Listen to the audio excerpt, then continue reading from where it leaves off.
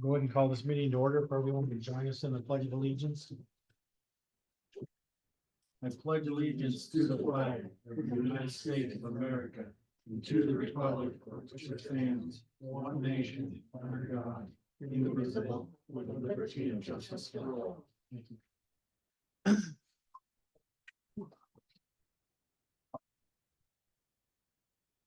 Hey, folks, Counselor. Greetings. Thank everyone for coming, and I'll just do a quick introduction for those of you who don't know it, for the commissioners. This is Commissioner Corey Kirsch for District 2 and Commissioner Craig Doodle for District 3 and myself, Dan Hagerty, at District 1, which is down in Ripple. Okay, we'll go ahead and get started then.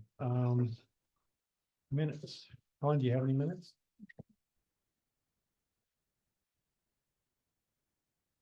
Okay, I have a commissioners meeting on October 21st, 2025, so I want to entertain a motion. I'll move to approve, Mr. Chairman. Okay, we have a second? Second. Okay, all those in favor? Aye. You'd have to lower your head on the table and we'd still. So you can't see it. Reports, Ellen? I have none. We have none. Commissioners? I have none. Okay. Correspondence? I have none. Commissioners, okay. Calendar review. I have none. There's something, not much though. Let me see. Tomorrow at 7:30 is the solid waste safety meeting. Thursday. 1:30 survey review. Commissioner Haggerty's Friday. And there is nothing on Monday. I have Many Rivers Health on Monday. It was canceled last Monday. Okay, are you going to Big Falls or? No, it's all Zoom in. Hey, Commissioner Kirsch, you have anything else to add to that? I have nothing. Okay, and I don't have anything. Wow, we're moving right along. Okay, commission reports. I'll start with you, Commissioner Kirsch. All right. This last week, I started out with the Jefferson County Fire Council. I was in Jefferson City on Tuesday night. Kind of a lot of the same conversation. They're talking about a volunteer status letter. I guess some laws changed for volunteer firefighters, responders, that allow them to be away from work without penalization. So if you're late to work a lot, as long as your employer knows that you're a volunteer firefighter, which they say you should write a letter to them and formally give it to them and just say, you know, if I'm late for work, there's certain things they can't fire you for being late. There's certain things that I haven't looked at the bill, but that was brought up at the meeting. So that's kind of an interesting bill there. Gives you a little bit of latitude with your employers when you're a volunteer. So let's see, anything else? We figured out that state DOT, we actually have a volunteer in Boulder here that works for Department of Transportation, and they looked through his radio and couldn't find a gold channel. Typically we talk to DOT on gold and it's not on his radio. So we're looking into that, make sure that we have the ability to talk to the highway department on gold when we're out on an incident. So basic firefighter, starting the conversation on that course, starting early winter, I guess early this year, kind of in the middle of the winter into spring. So basic firefighter will be starting again this at the first of the year. So we had a tax increment finance district meeting Wednesday morning. We're looking at the county-owned building out at the Tippett district. We don't have an agreement that we know of between JLDC and the county for administering that building. So we're looking at maybe getting something together so we know what the agreement is between us. We're not paying them anything for administering that rental out there. So we'll get an agreement in place and give them some money for doing it. I think we get all the proceeds from the rental of that building. So not really fair. GLDC for administering that for nothing. Missing people. They got a bid for a new warehouse building out there on the south Tippett district. And anybody want to make a guess what a new building like what's already out there costs nowadays? They're duplex buildings, $850,000. I guess they're a concrete structure. So they're gonna look at maybe just a metal structure, see if we can get the price down a little bit, cause GLDC was hoping to build at least one more, duplex structure down there, so. We're working on maybe getting a sign up on the north tippet. It's done and over with, but it would be nice to have a sign that says this was built with tippet dollars and all the different partners in that, so, good meeting. Clancy Water Sewer District meeting, I ran up there, 15-minute meeting, took me half an hour to get there, half an hour to get back for a 15-minute meeting, but it was good. They're actually making progress up there. They've got good water in their test well. They're on the Marks Ranch. I'm not sure exactly where it is. I'll have to have the engineer show me where that's at, but they've got more than enough water in that well. The water quality test seems to be good. They're doing a super high, like 250 gallon minute pump test on it for so much time, gonna pump it like crazy and see if it holds. And then they'll do another water quality test. If they come out good on that, I think they've probably found their water source for the project. Then they'll be looking at, probably punching a new well right next to it, cause they need redundancy in their system. Then the next big hurdle is gonna be water rights, so. Yeah. The question was asked at this meeting that if they go through this whole process, they get the wells, they get the land, they get everything set and water rights don't come through at this time, what if the water board goes away or whatever, what happens to that property, that infrastructure? And I was gonna get with our county attorney and try to answer that question for him, but I told him at the worst case scenario, it would probably be given to the county with a deed restriction that's for water usage in the Clancy area, something like that. So I'll talk to you about that, Steve, at some point. So they have an idea if they get the wells and everything where they want them, but they can't move forward from there, they'd like to be able to keep that resource for the community somehow, so. Is there a projected time frame? As far as water rights, Yeah, well, that or the water itself when they start drilling. well, they already got the first test Right. well drilled. As soon as they get that tested out and it's got the GPM required and the water quality required, they'll probably punch in the second well ASAP because they got grants to do that. Okay, okay. And they'll have that. And I think the property owner wants them to buy that specific piece of property. So they'll have the property, they'll have the wells. So all that infrastructure will be owned by the district. So that's their concern, is if everything falls apart from that point forward, what happens to that infrastructure? So. Ran into Helena, let's see, this was Thursday last week, Rocky Mountain Development Board of Directors meeting. They're very heavily funded by federal and state grants. They're looking closely at their energy benefits. Hopefully that'll come back online in December or January. I think that's a LEAP and stuff like that. SNAP, everybody's worried about SNAP right now, the food benefit. We're watching that as well.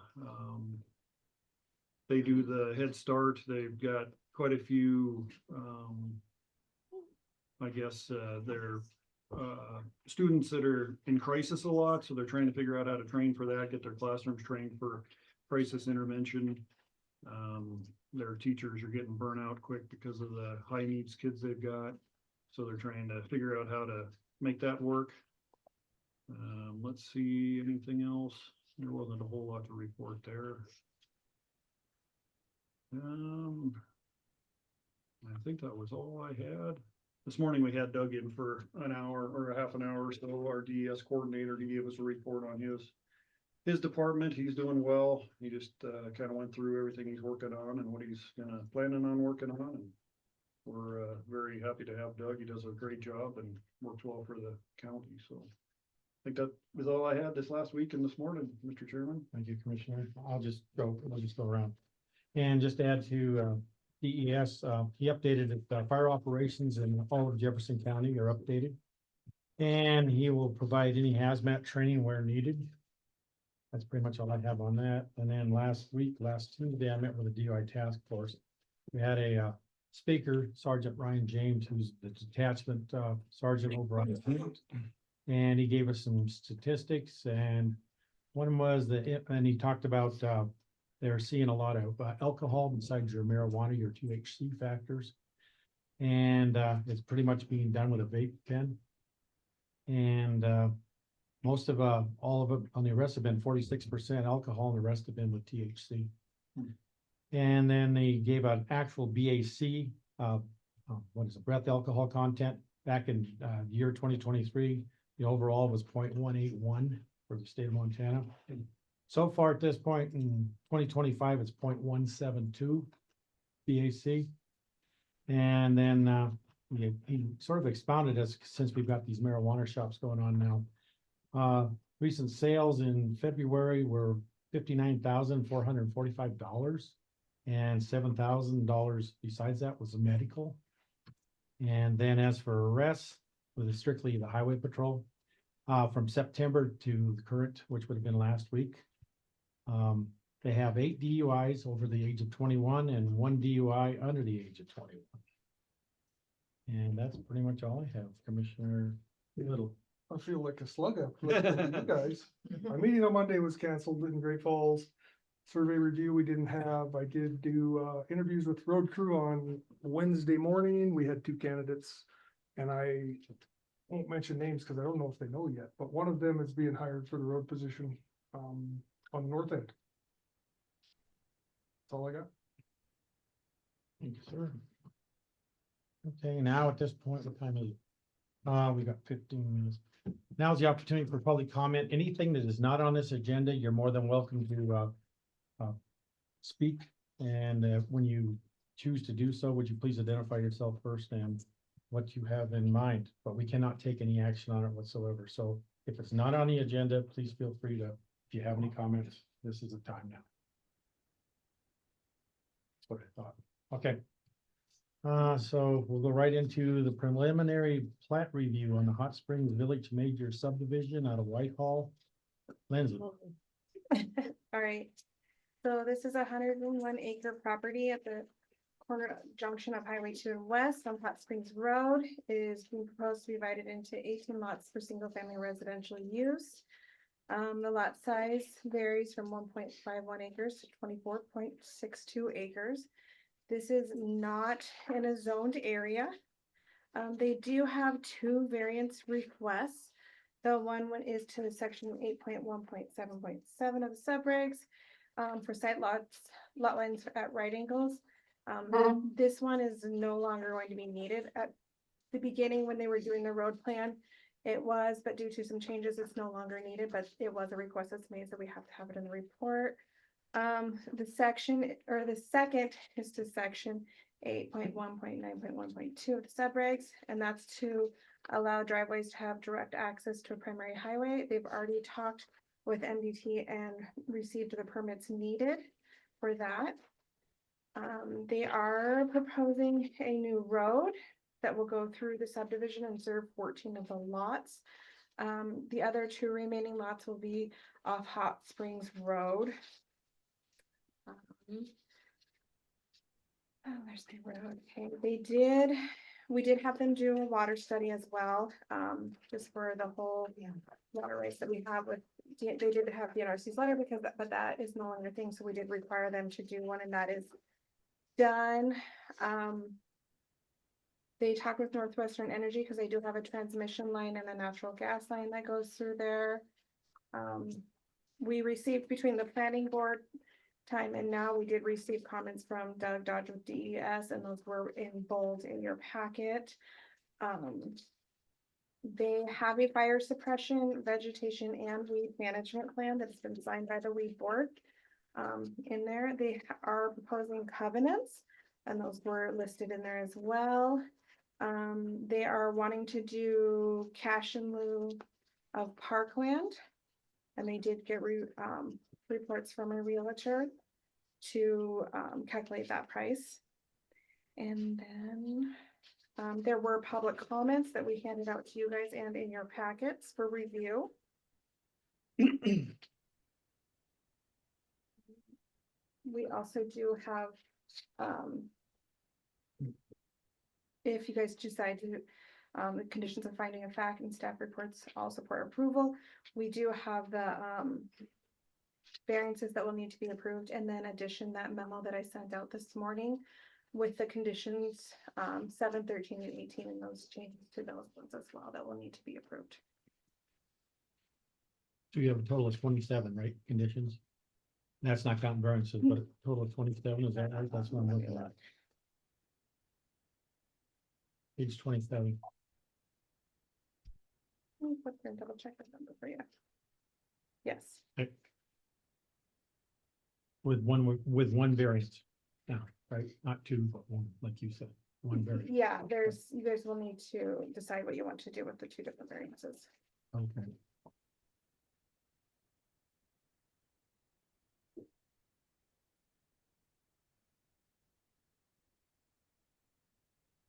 I've already looked through it, Commissioner. If you have any questions, please feel free.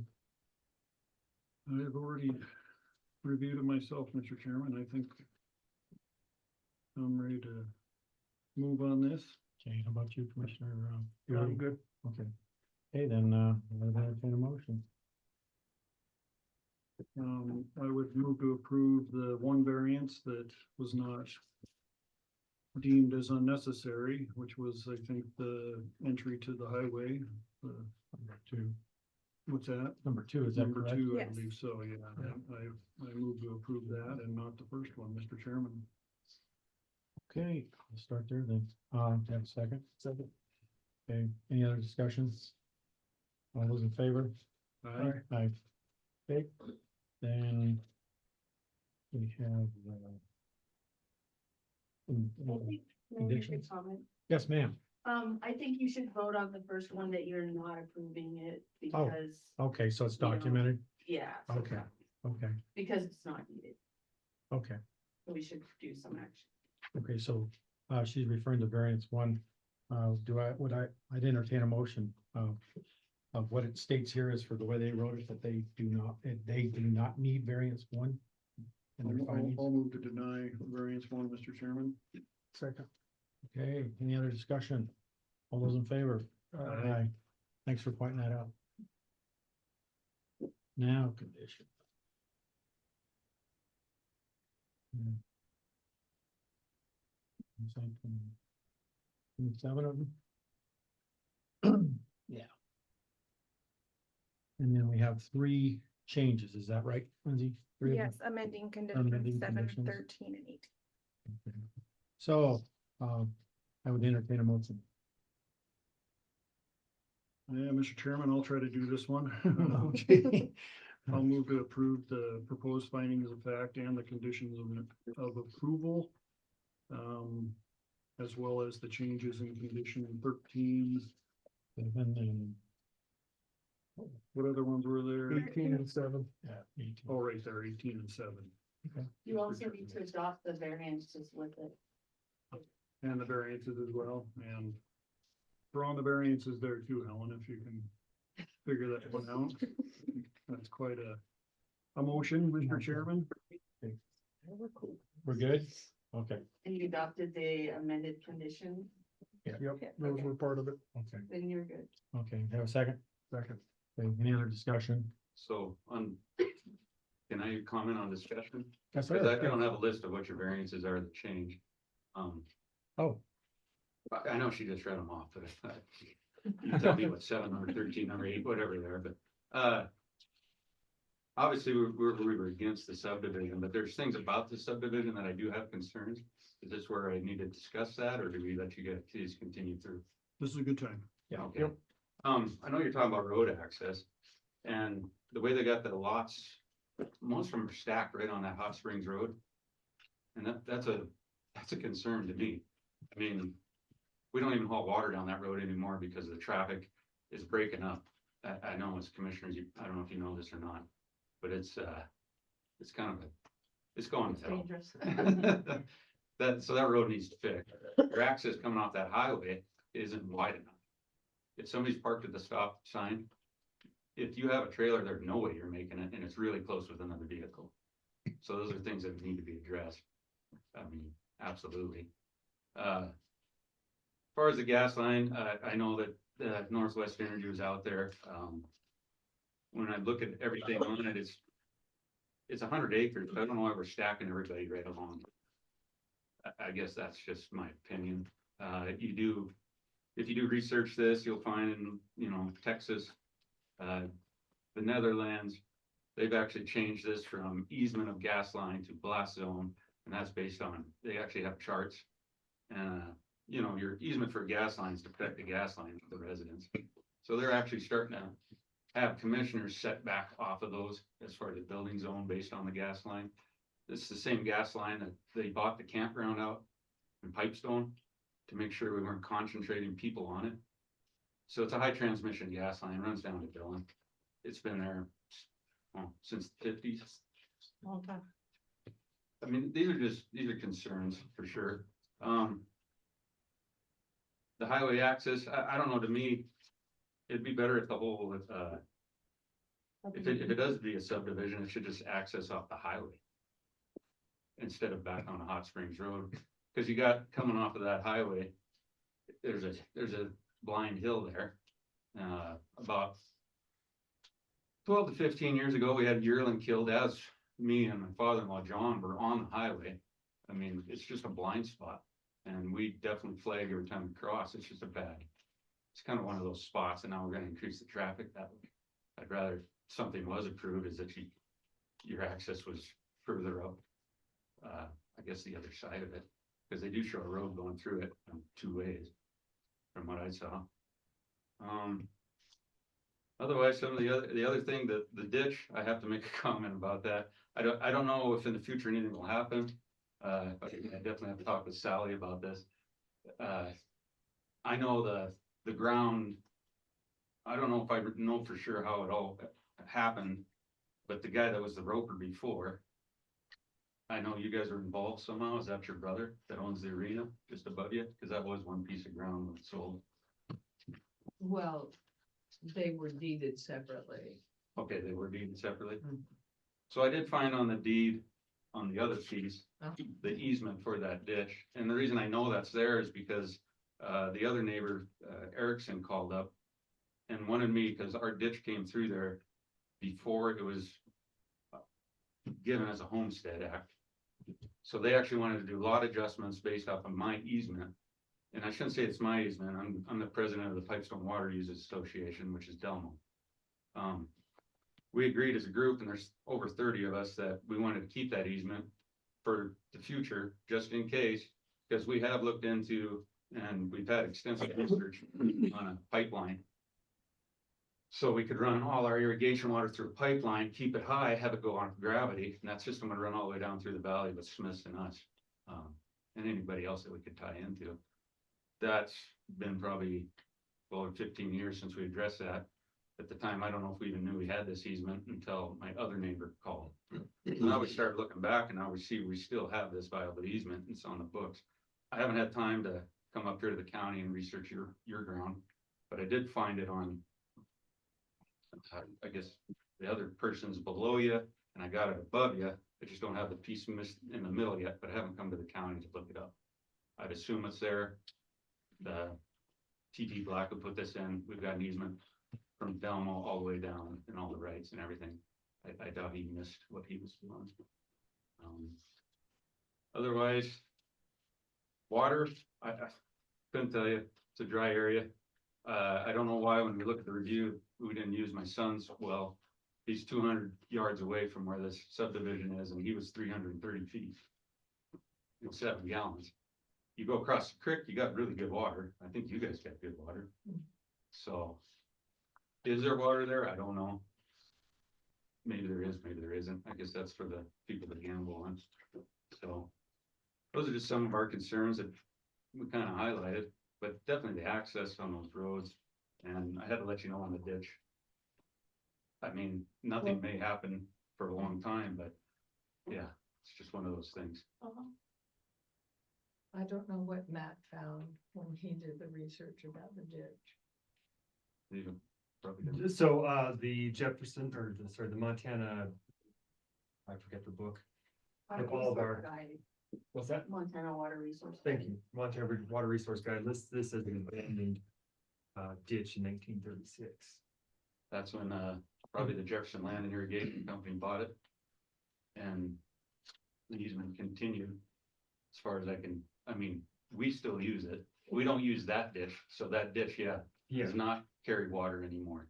Yeah. But the easement was still there and there's never been an agreement. there was money exchanged for the easement.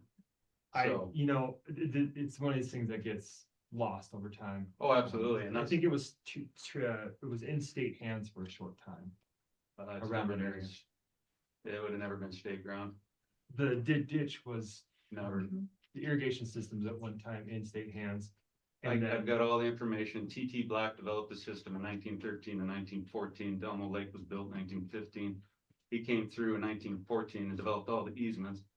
He was there before you did all the township range and surveys. So we've had these arguments with the Forest Service also, and we've won every time.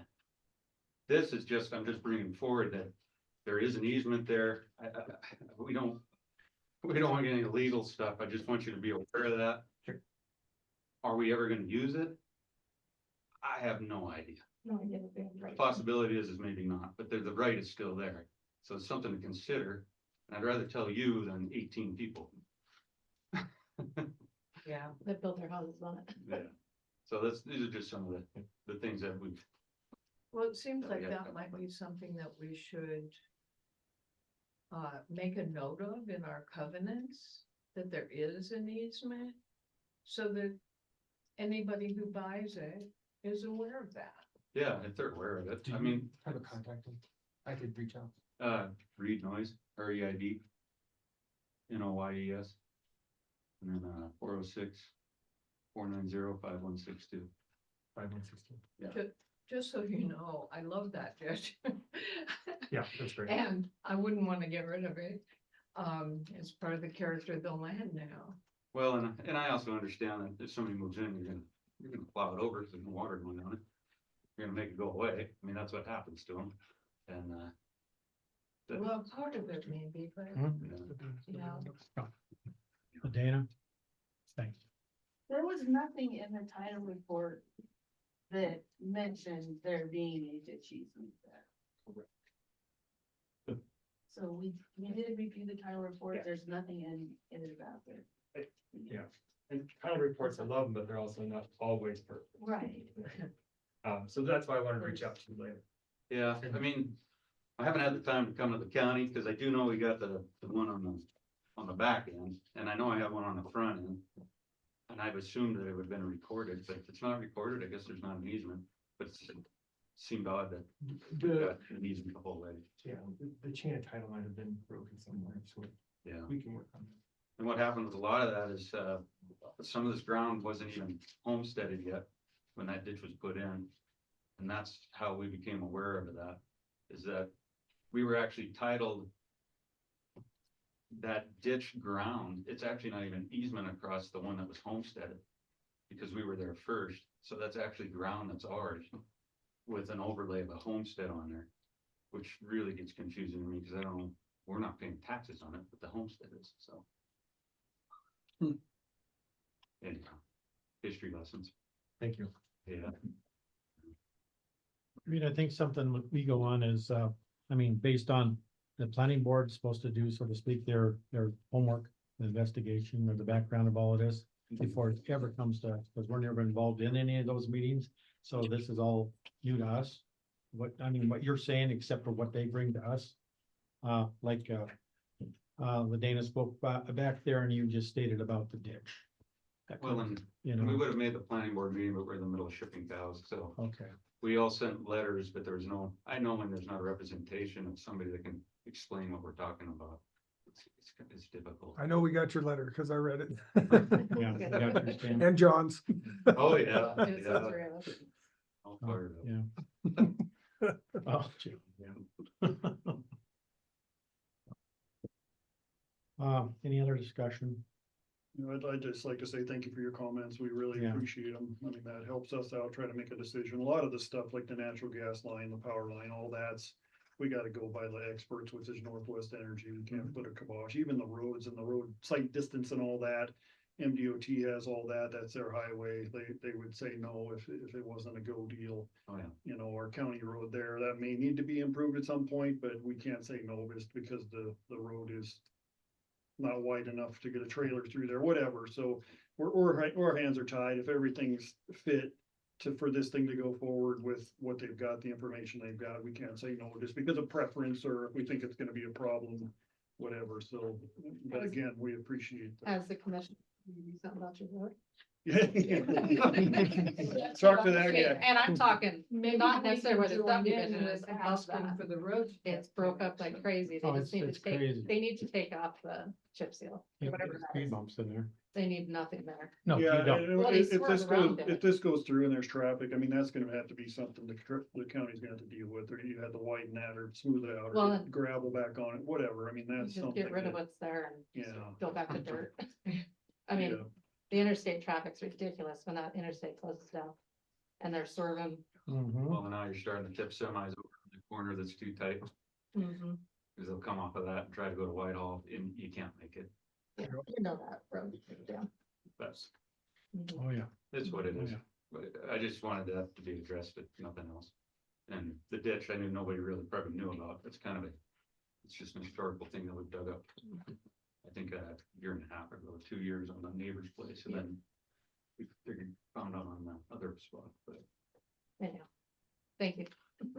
Thank Yeah, you. thanks for being here, guys, appreciate Yeah, I it. just want to say I appreciate you showing up. Yeah. We did get your letter. We do read them, You good? but it's nice that you're here because that helps. So Mhm. at least to let us know what the issues are. Yep. And I just want to say, let's get together and have a conference, Oh, yeah, I don't know. because I'd like you to understand what the rationale was and how we laid it out. Oh, yeah, It's your property. I mean, we get that. here's the other problem. It is yours. I do feel a little strange because it's your property, so. Yeah, but I mean, that's okay, and you might not like the reasons why we laid it out that way, but I think once you understand, you'll go, oh, yeah, I can kind of see why that makes sense. Oh, yeah, So, absolutely. Yeah, Yeah. No hard feelings, just yeah, got a voice. we that wanna what be we good got is- neighbors. Yeah. Yeah. No, you've been good neighbors. yeah. Yeah. We're neighbors on the other side of you too. Any other discussion? There was one more comment in the, comment. For the letters. record, can you identify? Oh, sorry, yourself? not more engineering. One more comment was, the speed at which this was perceived to be going through. We started this in 2023. And, the level of detail needed is actually absolutely great. Almost feels like too much at times when you're doing it yourself. And so, you know, there's a lot going on, and it has been tremendous amount of work and a lot of rework. And then. So I can make sure that we have, and the county make sure we have an absolute best presentable information. So this has been a long time going. It's just not everybody gets to be part of it or see all of the work, but there was a tremendous amount of work between us and the county. Okay, thank you. Is there anyone on Zoom that would like to say anything? No? Okay. No other discussion? Okay, then commissioners, we have a motion on the floor, if I can remember what it was with all the stuff. 7, 11, and 18 is for additions or changes. and- 13 and 18. So, okay, thank you. So with that still being said, I would, I've got a motion already. So do I have a second? There's already seconded. Call for the vote. Well, all right, I'll call for the vote then. Thank you. All those in favor? Aye. Aye. I forgot where we were at. Seriously, appreciate you guys coming. Oh, yeah. Haven't seen you in years. I mean, but yeah, you know, since I didn't cruise down there anymore.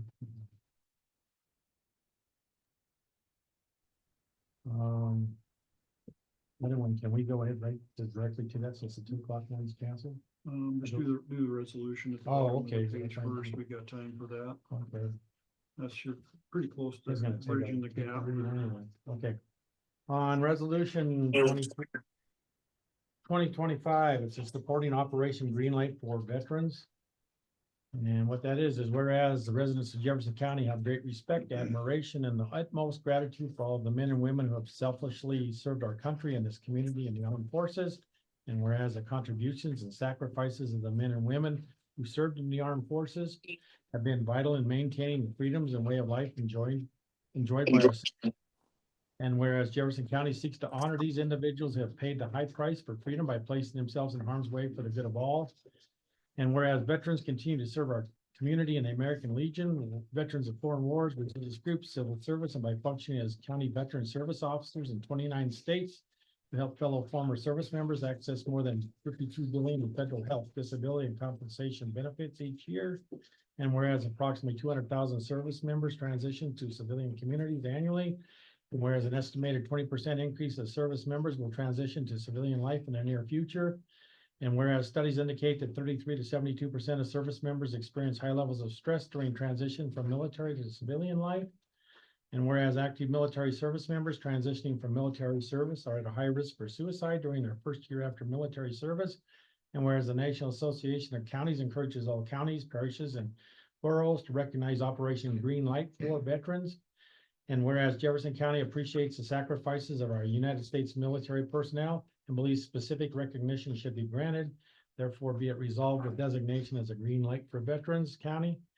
Jefferson County hereby declares from October 28th through Veterans Day, November 11th, 2025, a time to salute and honor the service and sacrifice of our men and women in uniform transitioning from active service. Be it further resolved that in Operation Green Light, Jefferson County encourages citizens and patriotic tradition to recognize the importance of honoring all those who made immeasurable sacrifices to preserve freedom by displaying a green light in a window of their place or residence, dated this 28th day of October 2025. I can't talk much more, so without getting something. So I would entertain a motion on this. I will make a motion, we adopt resolution 23-2025, supporting Operation Green Light for veterans. Okay, sir, do I have a second? I'll second that, Mr. Chairman. Okay, any other discussion? I have a question. Yes, sir. Where does one go about finding a green light? I can pull out my Christmas lights. I have one, I'll give you. Yep. Yeah, you can buy them. Usually on the store shelves. Okay, Yeah. just never seen a green light. Not anymore. How do they do the one in the courthouse? Don't they, do they put something over the? The cellophane over the outside lights, yeah. Green Cellophane. cellophane. Yeah, you can get that if you have existing lights that you can't just unscrew a light bulb and screw in a light bulb. Pat's gonna do as much as he can around the county campus. He's gonna do the clock. He's gonna have a green background to the clock up on the bell tower up there. So it should be lit up pretty green, starting not next week, but the following week, the week of Veterans Day. So it'll be all lit up and look good. So. Any other discussion? If not, all those in favor? Aye. Aye.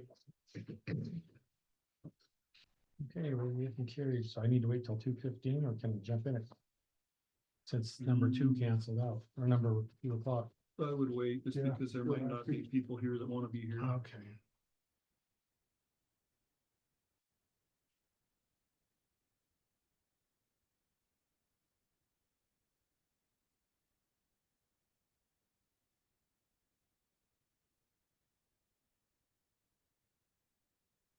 And can I ask what the Aware Liberty Place update is? Like how, why is it coming up in a county commissioners meeting? Just what are you addressing or what's? I don't know that there was any specific topic. We just reached out, the person that was gonna come and just wanted to meet with the commissioners and kind of just give them an update on their services that they provide and what they're working on right now. Okay, so it's just them. It's getting informational. Information. Okay. The only thing I can add to that, it's when we have meetings, but it's been quite a while. I think they're hurting a little bit financially on their transportation because they work up here in Boulder and they also commute down in Whitehall and then they do trips to Butte, et cetera, et cetera. But hearsay is, but I have not talked to that individual, but their finances are sort of dwindling in regard to transportation. So I don't know if they're looking for assistance or what. That's what I thought maybe we'd find out today. So I don't know any more than that. Uh-huh. So. So our next one is at 2:15 and 6 minutes before we can start on that, which would be the Upper Holmes Golf Road.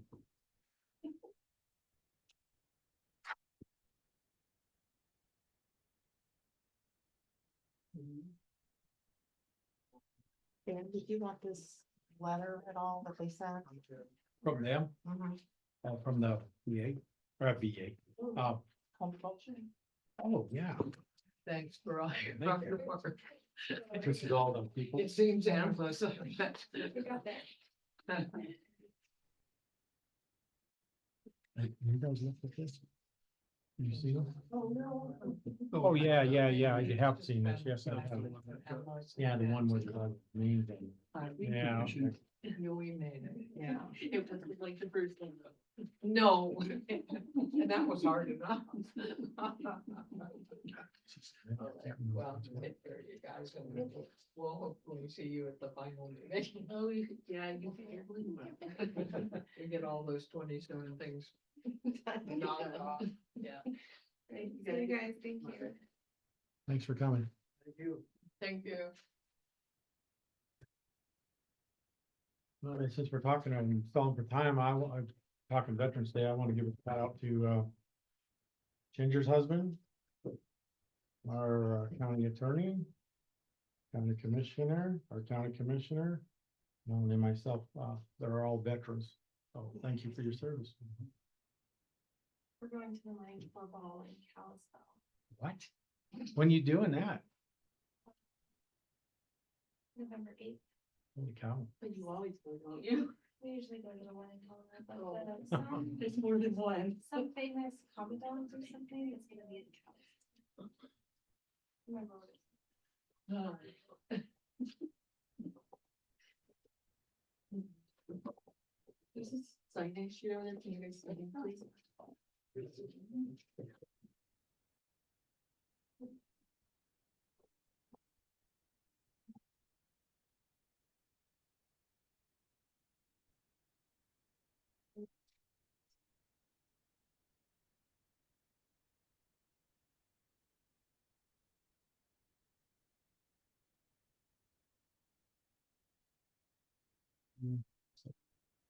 What's that? Who do you want to open this up with?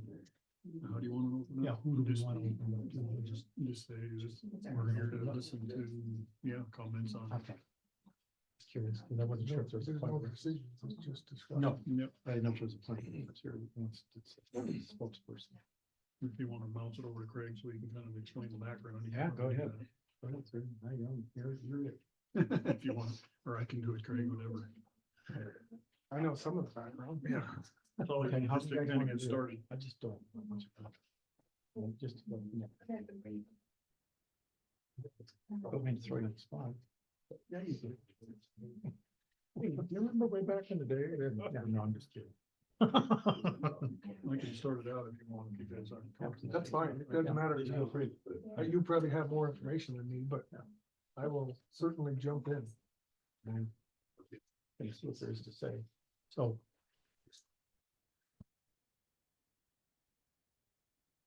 You're starting off, I know I'm hard to figure something. You never know. I thought Bear said he was gonna be here, is he still sick? No, I think he was working. It's not quite 2:15 yet either. Probably forgot. You didn't put it down. We usually do it about Young to to two.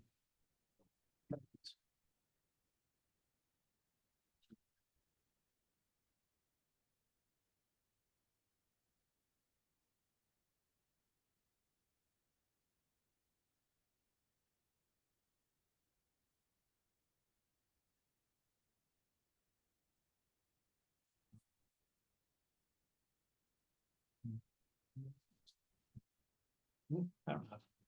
Sit there, pulls that open. I don't know if I got in trouble with that cell phone. I'm disconnected, somebody trying to find a number.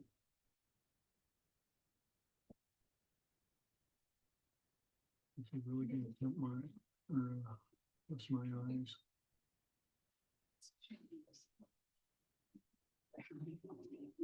Want me to pull out my hot map for you? I got it. You guys are welcome to grab one of those chairs. If you want to sit back there, you're more than welcome. Just go ahead and grab a chair. If you'd like. Jackson Creek. It's further north. Ironman's Yeah, one north. foot. Just to give us reference, it's kind of nice to see. Can you go to the left a little bit, Corey, where it meets South Hills? Other way. Where it meets South Hills. right there. Yeah. Yeah, then you can kind of see the whole thing. That's good. That's a county line right there. Yep.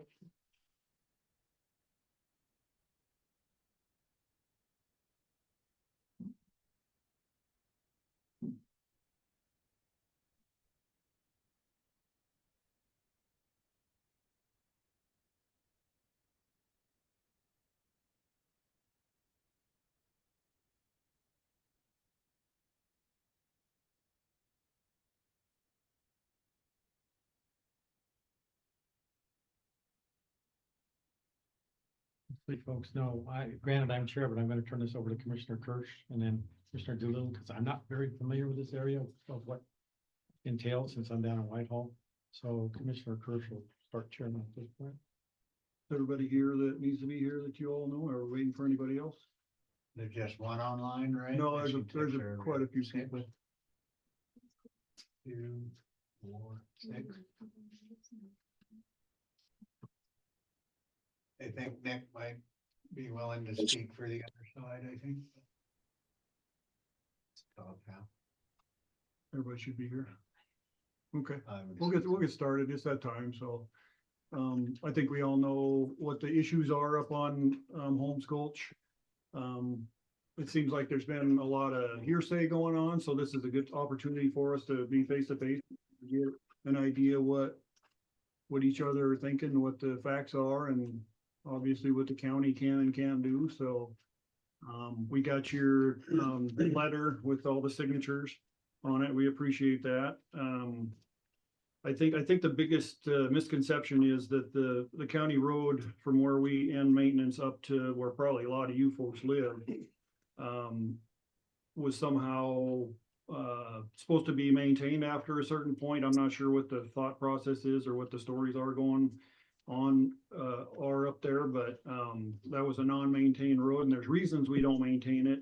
And I guess you guys are living that reason why we don't maintain it, or we maintain it minimally, is because it's so narrow and so in bad a shape that it's a safety issue and it's hard on our equipment up there. So that's kind of where we stand on it. When all the development happened up there, there was no subdivision, there was no actual county, what would you say? We weren't part of the process besides the family transfer. So we never have an opportunity to really say, okay, we need to fix this road, we need to do anything else. It was just done, and the law allows those splits to happen up there through the family transfer process, which it makes it really hard on us because we can't make sure that there's proper fire safety, proper medical, proper school, proper everything that goes along with the residential subdivision. We don't even get a look at that during a family transfer. So you can split your lots up all you want and county doesn't have anything to say about it if you do it legally. So that's what happened up in your neck of the woods up there. That's why the road is why it is. So for anything, did I miss anything, Craig? Nope, I think just the difference between a subdivision and a family transfer is with the subdivision process, and Dana can weigh in here if I say something that's not correct or not all the way correct. But the difference between those is with the subdivision process, there's rules they have to follow and there's certain things they have to do, and there's certain things that the county can force them to do prior to that subdivision being approved and all of that. With a family transfer, we don't get to do any of that. They get to subdivide their property with a family transfer, and it used to be 3 years, it's only 2 years now that they have to hold it, and then they can sell it. So whatever they tell people when they sell those family transfer lots is we don't have any say in that, and we don't have any say in how they subdivide it or how they do their family transfers or the road that even gets there. So that's kind of our issue, and that's, I just think that's an important part that everybody needs to know. We didn't have any say in what happened up there. So I get You that did, want but to- I can get to that later, but that's fine. And I get that you're not happy about your road, and I've driven it several times, just to check it out. I live down below there on South Hills. So I get it. But anyway, Okay, yeah, we're just gonna open it up to comment, so we can try to answer questions and. Quick, like I got a whole bunch of questions and I'll just read what I have to say to get through it fast, but there's the applicable laws that I'm going to, talk about that you're probably pretty familiar with them anyhow. Is it okay if I just read it? Sure. Family transfer laws, and I haven't looked those up. I should have, because I knew that's what you were gonna say, but I just never got around to it.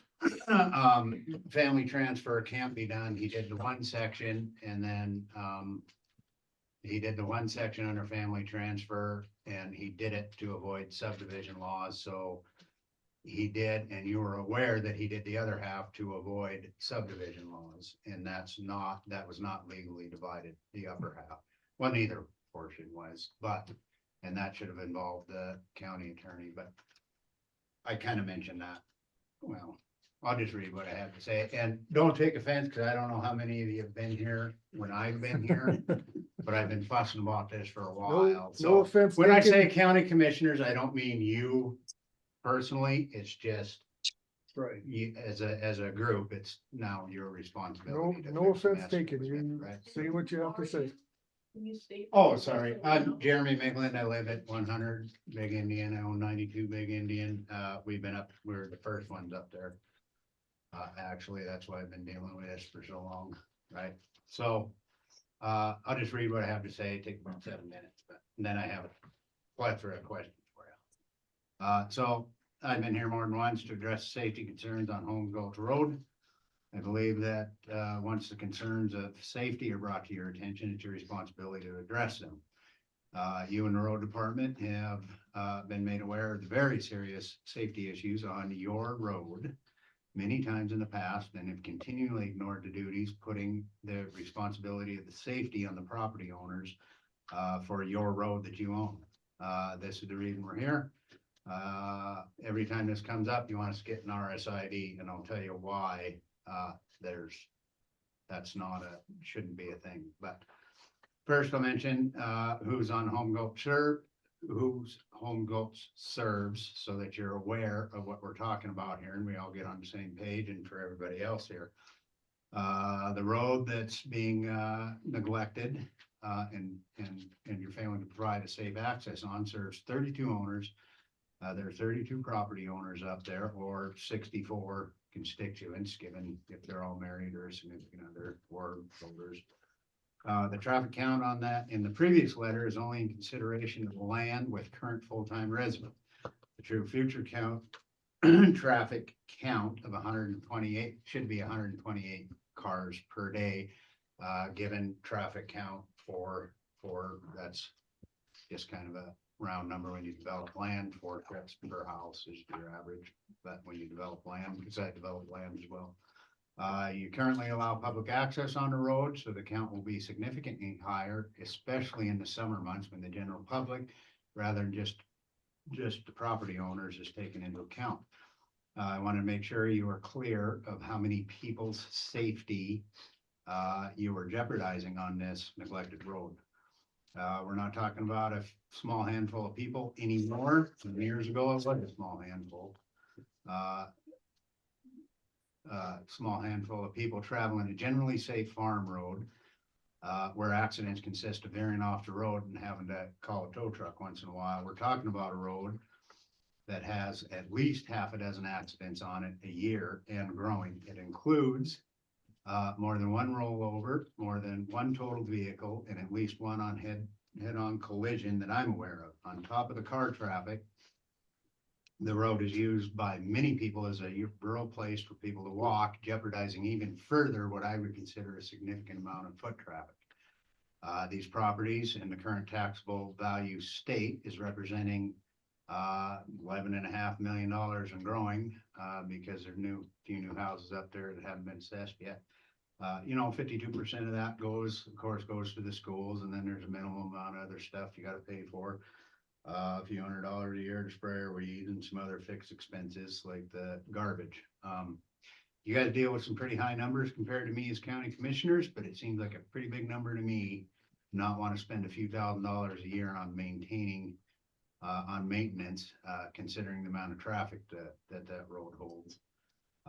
You know, guy can fuss all you want about not having the funds, but, you know, it's gonna have to be built, but, sadly, much like the taxes we have to collect, or that are collected from us, I mean, owning properties, it's just cost of owning property. Is providing safety. Now that we're hopefully all on the same page, I, for one, fully understand that choosing to live in a rural area means that you give up certain luxuries and benefits. You know, we don't have garbage truck can't get up there. You know, there's lots of things we give up, and that's fine. And I'm fine with that. It's quite acceptable to give up all those benefits. But what is unacceptable is a county neglecting our safety. By choosing to not offer any form of maintenance, you have willfully, and I believe recklessly, chosen to make our road impassable to emergency services. This includes and not limited to energy, as we won't be able to get our propane filled in the winter, fire, other emergency services such as ambulance and law enforcement. We have the right to these, to have these services available to us under the current ingress and egress situation you have put us in. Will not have the access to these vital life-saving services, and that is an absolutely unacceptable situation. This further adds to the previously mentioned safety concerns, and God forbid that me or maybe a family member is the one that the tragedy might hit one day. Not just tragedy, not being able to get vital services, but God forbid that one of us is involved in causing someone else harm on that in a preventable accident. This will apply, of course, this is going to apply to all elected officials from the school board to the president of the United States. You as an elected official have a duty and a priority, first and foremost, to provide safety and security for the people you represent. Quite frankly, we're owed that in our taxes. Now onto the matter of the legal responsibility, and that's why I wanted the county attorney to be here, because he can certainly straighten me out if I'm wrong. But I'm not an attorney and would hope to be corrected, but even though I think I'm quite solid, MCA 714, which I gave you a copy of, 21034, which you should all be familiar of. But I'm going to read it for everybody else's benefit.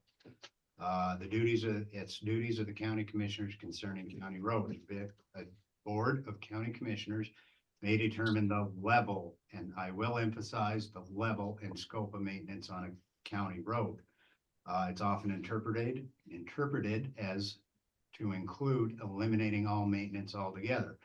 However, I think we all know that isn't what it's saying, and it does not completely release all maintenance.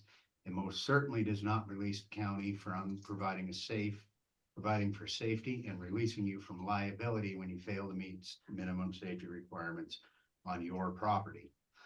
This very simply allows you the discretion to decide how much upkeep is required on your property to maintain a reasonable level of safety, and as importantly, how much is required to maintain ingress and egress, and this includes the roads you have deemed to be unmaintained. The minimum road standards are not only set by law, but by the individual county itself. You, the road boss, and I don't believe legally, forced one of the homeowners up there to build your road in order to gain access from the county property. To gain access to his own property, he was forced to build several hundred feet of road he didn't develop just to get access off of your road. You forced him to build the road. This road standard you enforced, I believe, set a minimum safety standard. It was 24-foot wide with an 18-inch ditch and 16 inches of engineered surface gravel, which is quite common. I would fully expect a county road to match these specs. Your road currently is built as narrow as 18 feet with 6 inches of gravel and 0 ditch for those that haven't been up there. You may call it unmaintained, but a reasonable person would call it abandoned. This has been widely upheld across state. To shuck this responsibility on the individual taxpayer, us, is, in my opinion, just a dereliction. By completely ignoring the maintenance, by deeming it unmaintained, is simply abandoning your property And that falls under a completely different law that's been ignored, and that's MCA 714-2615, number 4, abandonment or vacation of county roads. That reads, the board may not abandon a county road or right of way used to access private land if the access benefits two or more landowners unless all of the landowners agree to the abandonment. In other words, you know, you may not like it, but this is your road for public use. I believe you have zero legal authority to abandon your duty considering this road. This is your property and your liability. Again, I'm not a lawyer, but I cannot find a law or statute concerning unmaintained.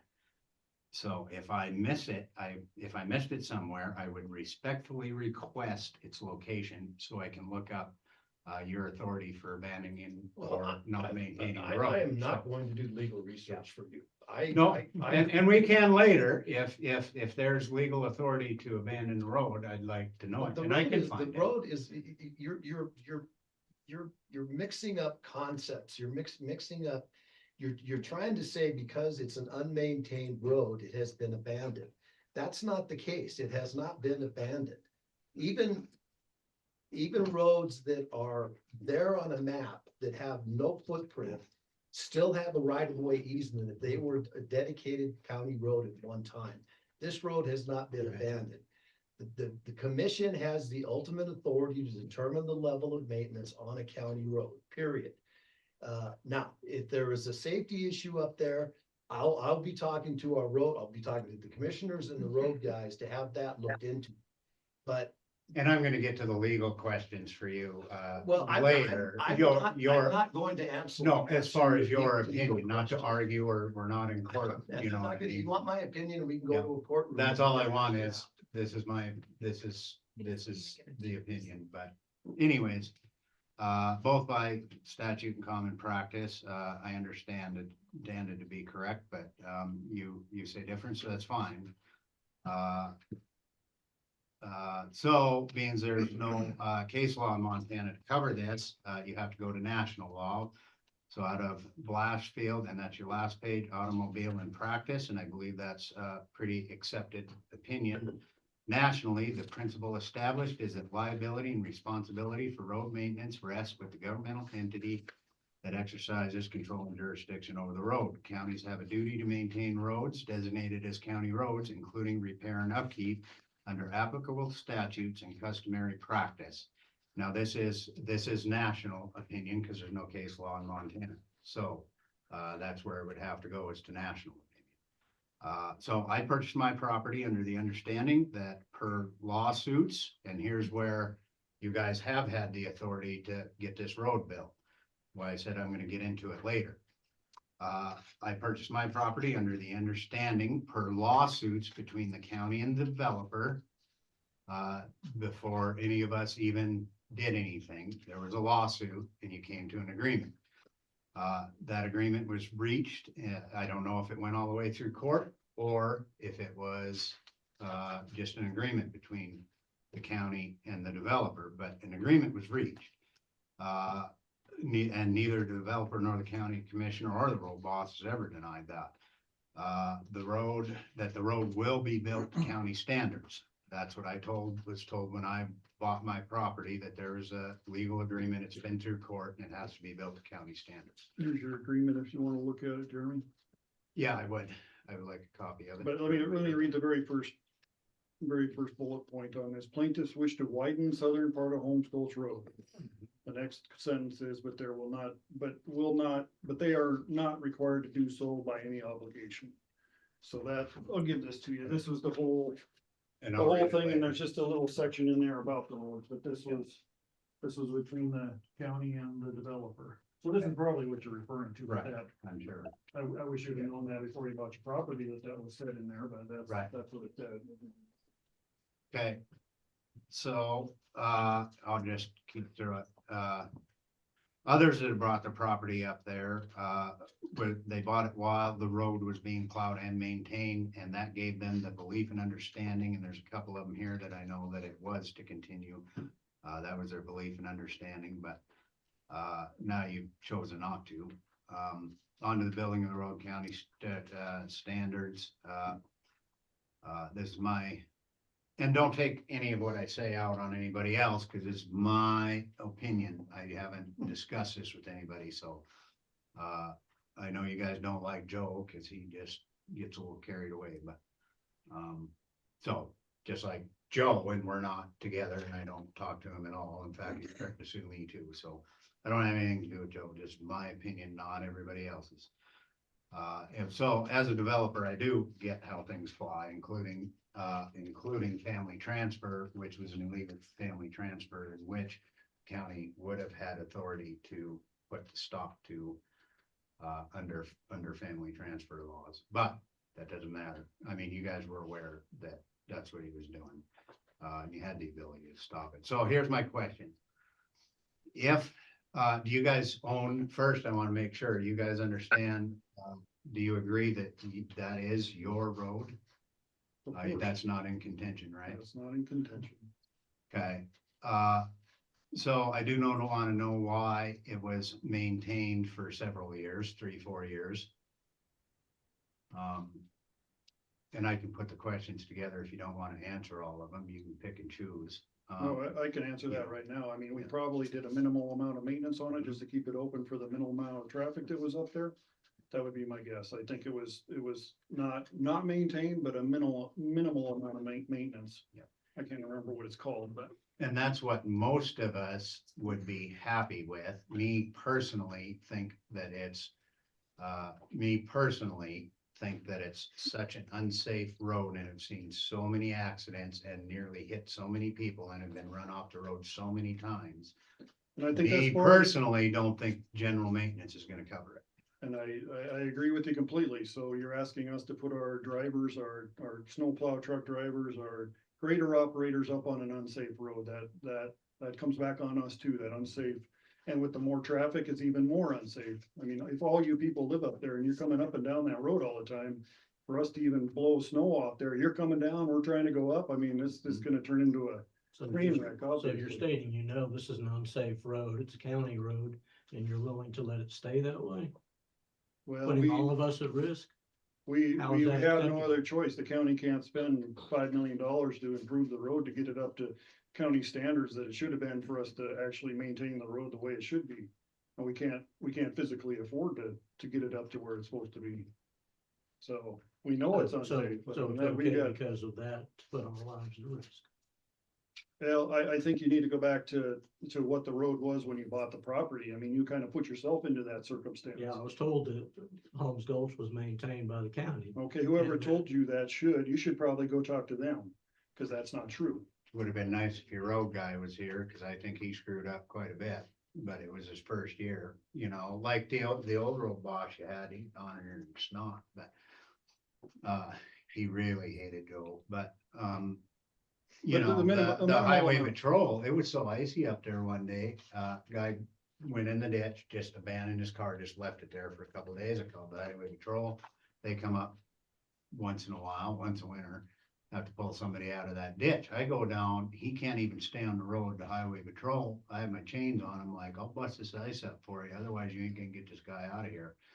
He said, don't worry about it, don't worry about it, we'll get it, oh, I'll get the county to come up here and sand it for me. I'm like, no, you ain't, I guarantee you the county ain't gonna come up here and sand this for you, because I know the road boss and he's a dink. He ain't gonna sand it for you. Sure enough, next day, car's gone, road's not sanded, road boss is gone. So I assume that that's what happened, but maybe not. I mean, it's just gone as far as the highway patrol can't even get the county to make it safe enough to get a car out of the ditch. That's a big issue, right? Well, there again, you're asking us to put our guys. And that's in the past. Right, no, and that's presently right now, that's how it is up there. And again, we can't claim responsibility for how it is up there, because every one of you bought a property up there, maybe not knowing what the road condition was or what the road responsibility was, so. Sir, go ahead. My name is Andy Miglen, I live at number 84 Big Gulch Road. And I just had a couple of questions for you gentlemen. One is, you maintain the lower half of that Holmes Gulch Road from South Hills a mile up, okay? And you have maintained that for as long as I know. Now, there's a section of that road on a curve right before it intersects with Mule Trail that is as narrow or narrower than the rest of that road going up in 18 that foot. spot. Yet, you know, the county maintains that. So the road being narrow, yeah, it's narrow in some spots. The whole road isn't necessarily narrow, it's just in certain locations. And I'm just wondering why the county does that. And also, I'd like to say that we're not talking about the county road department making a special trip up there from their shop in Montana City or wherever. We're just asking them to, when they're there doing the lower end of the road, grading it, they're right there, just another mile up. It could be graded. The grader can go up and come down. Same with a snowplow. So, I mean, it's gonna be a little bit more expense for the county, but not very much. That's my opinion. So, thank you. And I personally don't mind putting a grader up there once or twice a year. I mean, we do that on some other non-maintained county roads. I mean, that's just what we do to keep them travelable. The snow plowing, I'd have to ask my road foreman, because again, we're putting people up there when you guys are coming down and there's places that two cars can't pass on that road. So a plow going up there, it's gonna be pretty unsafe for them to get up there. There are some spots, but even two cars can pass on that road almost in every spot. You might have to pull over and stop. Now, maybe not a truck with a snowplow on it. Right, I'm talking about two cars, right. because I've done it. Yeah. I pull over, another car comes down. And we're used to doing that, of Right. course, but, you know, And we don't have a small truck to go up there and plow it either. We got these great big monsters that well, are, yeah, I understand that, but So why don't you pay me to do The it? other- I do a hell of a lot better job. Well, the other thing is, when you guys did plow it, you know, the last 2, 3 or 4 years, you would do it like, cause you guys work 10 hours, or the county road works 10 hours. They were up there at 6 o'clock in the morning doing it. There's not a lot of traffic at 6 o'clock in the morning.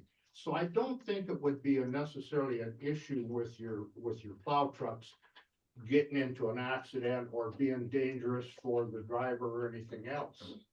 I mean, and even where you the were doing roads- it at 2 in the afternoon or 4 in the afternoon or 5 in the afternoon, right. that'd be different. Yeah, even where the roads are narrow, I've encountered the snow plow at the upper level. And there's plenty of places that you can, that's wider, that you can pull off, let the plow go by and then proceed. Yeah, and minimal maintenance, like I say, we do not maintain county roads, and that's not out of the spectrum of what we can talk about here. It's getting to the base problem of that road being so narrow, it puts you guys at jeopardy and it puts us at jeopardy, so that's the problem, and the agreement that I gave Jeremy there spells out what the developer agreed to do, but not was required to do. So that's kind of where we're at. We're stuck, you know, we had no control over the development up there being family transfers. We just didn't, we couldn't say, okay, developer, you need to fix the road if you want to put 30 houses up here. We couldn't do that. And I know you said that the family transfers weren't done legally. We have like this much little slice to prove that it's not done legally. And that's really hard to do. I don't even know if there's one circumstance where anybody's been caught up doing a family transfer and selling them right away. I don't know if anybody's actually been caught doing that, but our laws I'm sure. in the state of Montana are so loose on family transfers, you can just use them as a subdivision, get around the subdivision regulations. We deal with that almost monthly here, so. So we know that's what he was doing, so whose responsibility is it to sue the developer, because that was under county control? Shouldn't you guys be after Joe to get that road to get that. We can't Fixed, require you it. know If what you I read that court case there, it says not required. I'll so, read it later. Yeah. So another question is, why did you force Harold to build that road to county spec in the middle of nowhere at the very end of it? Why was that? That's Why not was a- he that's not forced a to get county road. access off of it? With that?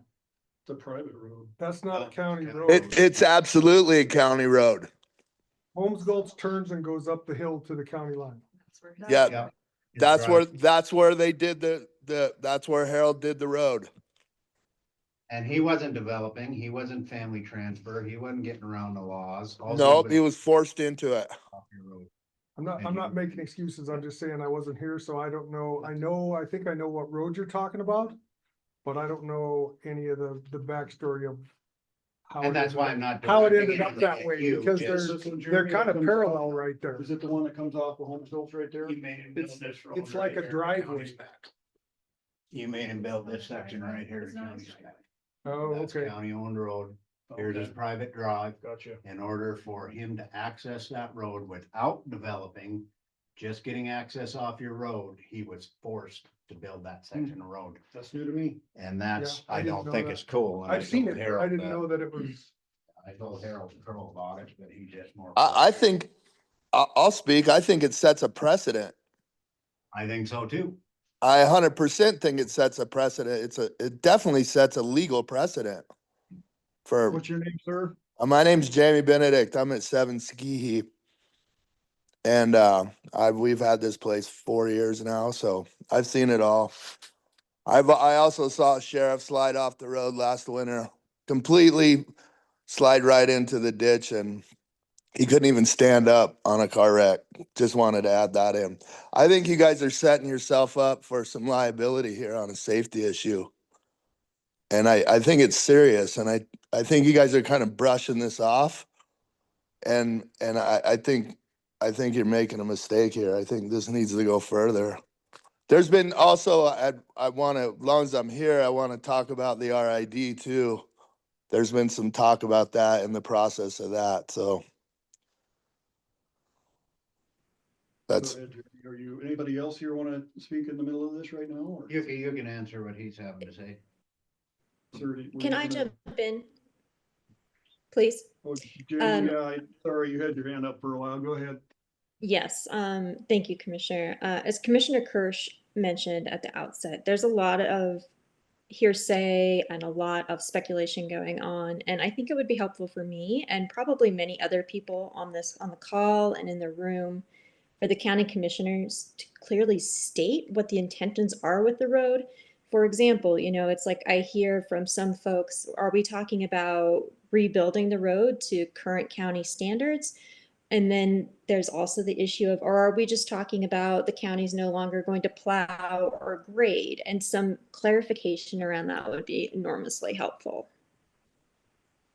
I think we're split. I want that road built to meet minimum safety standards so you guys can actually go up there safely and not jeopardize yourself, but us as well. So I think we're split. I know Dad would be fine with just plowing and maintaining, and I think that would be the bare minimum that you need to consider. Bare minimum, whether the road's no good or not, or if you need to haul in 6 inches of gravel to make it workable. I don't know, but that would be the. And thank you, absolute bare Jeremy. minimum. I So think it's I think split you're is what I'm that's who's saying. speaking. But what I would actually like to do is hear from the county commissioners what their plans are and exactly what the position is. So we're informed and can respond to it rather than kind of jumping into this ongoing dialogue that's clearly been going on for a few years that the rest of us don't have any context for. Yeah, thank you, Jenny. What, the county is gonna maintain that minimally. I mean, if there's a reason for us to go up there, I mean, we can try to work on a plan to get up there a little bit more often, but it's been a non-maintained county road, and again, it's a safety hazard for our guys to go up there, so. What we'd like to see, and which we've proposed in the past, is you guys starting an RSID and RMD. You're already in the one for South Hills. You would just stack on that one. The RSID would be a loan that you would get to get the county or the road up to standards to where it was usable and workable and drivable and safe. And then your RID would maintain that road. And as far as the maintenance and after that, you know, that's something that we could talk about with the county. If you get it up to road standards, maybe we keep the snow off of it and you guys keep your RID active to keep it maintained, the dirt part of it. You know, there's variables there that the county can work with you on an RID, but right now the county is dead broke as far as budget. We can't spend millions of dollars up there to get your road up to what it would need to be county standards. And I think that's why the developer hasn't done it already, because it is gonna be very expensive up there. So right now, we're just doing status quo, you know, and I don't know, I haven't really heard if we're not doing anything up there. I thought we were grading it once in a while. No, you haven't been past Mule Trail this whole year. So that's something we can fix. I mean, we can get a grader up there at least once a year and knock it down a little bit, but. And I didn't hear anything about it. I didn't hear anything about a grader, but to answer your other question, I was told that when the snow does get bad up there, that they were up there snow plowing. Now, whether that's true or not, I'm just telling you that's what I was told. And that's something that we can certainly look at, and even with the grader. I was told we went to Mule Trail and that's where we turned around, and even that's an issue because there's really no way to turn one of them trucks around right there where they're doing it. There is, if you go all the way up to the top of it. Yeah, there's plenty on that road. I mean, Turn around on the there. blind corner. And safely. So we're not gonna stop doing what we are doing now, if that was your question, Jane.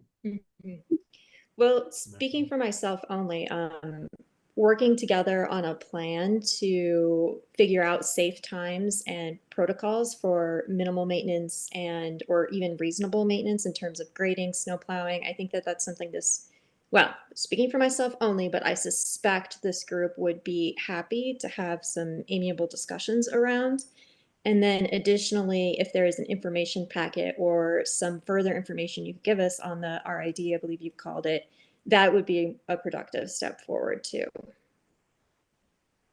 Yeah, we can surely get you that information. Our planner, Ladana, can get you that information on the RID, RSID. The trick to that is you draw a boundary that you all want to be a part of this road maintenance district. You've got to have 85%. No, not for an RID. For an RID, that's 50%. And with that, you can put in an RMD. You have to have an RMD with. Okay, so you'd have to have 50% of these people within this boundary sign off on an RID, and then you can start it. And you can. And that would be added to property taxes, I assume? Correct, yes. Okay. So you would figure out what your maintenance level would be, you figure out a number there, you divide it by all the lots or property owners, however you want to set it up, and then you pay that extra $500 a year. And that goes into a big ball that you guys use for whatever, grading, snow plowing. The RSID is a loan on top of that gets the job done right now. So you're gonna spend however many hundreds of thousands of dollars to get that road up to spec. We add that to your taxes every year. I think it's maybe a 30-year loan. Do you know, I Ladanoff? think it depends upon how much. Yeah, it probably depends on the amount that the loan is. But you split that up over however many years, then we split that up over the lots and you pay that off. Once that's paid off, you're done with it, then you just keep up the RMD and, whatever amount of maintenance you want up there, and that keeps your road the way you want it, so. And we get a lot of people that start an RMD because they're not happy with the performance of the county. They want better than what the county can do, so heck yeah, we'll throw in another, $300 a year so we can have a nice road, whatever. So that happens quite often in the county, so. Does that make sense? Questions on that? Am I on? Yeah. Yep. Oh, Yeah, yeah, go Nick ahead. Darko, 8 Ski High Peak. I've been up there since, I don't even know, 2016, 17, I bought my lot. And I think Joe did hoodwink your, new county guy with that whole, we're in the subdivision thing. So I think it's where this whole grading thing started.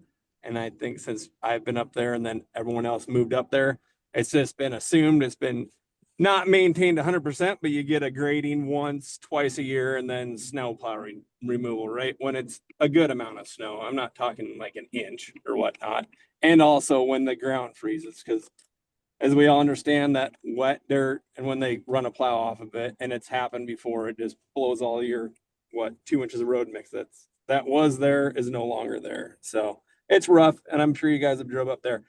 And I don't know if you're under the impression that the grader was supposed to go up there this summer, but I can say he wasn't because I spent 2 days straight repairing the road with my own equipment, trying to get it so it's drivable. I don't know if we all agree to do this. I know Jeremy wants a new road. Everyone would love a new road, right? Am I going to live up there forever? Probably not. I got 2 small kids and I need to get closer to town. But I mean, for me, I would be partial to doing the RID. And once you start this RID, when would the maintenance happen? So say we started it, does it take a year for you guys to come grade or plow, or in good faith, would you start it and then pull it out of the pot once it's collected from taxes, or how does that work, I guess? Or if you guys send the information, I guess it'd probably explain that. Yeah, the RSID, after everything, all the administrative stuff happened, you would have a loan and you could hire whatever contractor to go up and improve the road. That would happen as soon as the administrative part of it happened. So that could happen fairly soon if you all agreed on an RSID. So it wouldn't be the county wouldn't be the county taking out of that and maintaining it, I guess is what I'm getting at.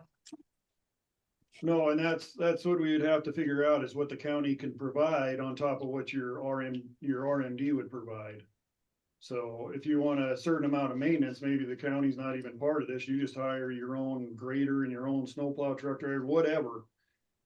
That's your money to use however you want to see your road. That makes sense?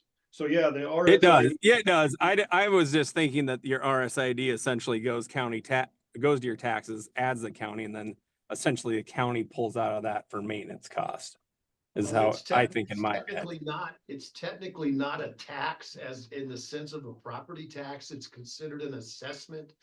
But it's just through the process with the treasurer's office, it's just put on your property tax bill every year, but it shows up as an assessment. It's kind of like your solid waste fee. Okay. That you pay. And where's this loan coming from? It comes from the county, or we gotta go get our own loan and give you paperwork? Where's the loan? It all Where's runs this through money? the county.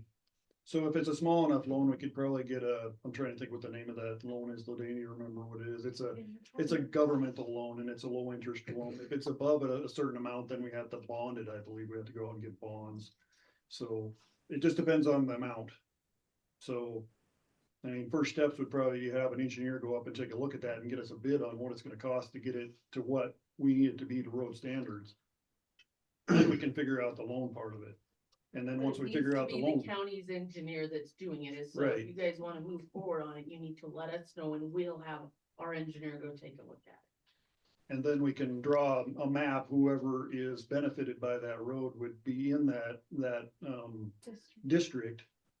And then, once we know that, then we can divide it all up and get you some numbers, so, I mean, you don't have to, jump in on this until we can get you some numbers on the thing. You know, And whether it's gonna be 500 or. You it's gonna can be- look because it shows you're already part of the South Hills Road RMD. Everybody up there, because you're part of that when you bought property up there, because that's why South Hills Road looks the way it does, and North Holmes Gulch. Is because they did an RSID and then they did an RMD, and that's where the money came from. Yeah, that should be on all your taxes. It is. Yep.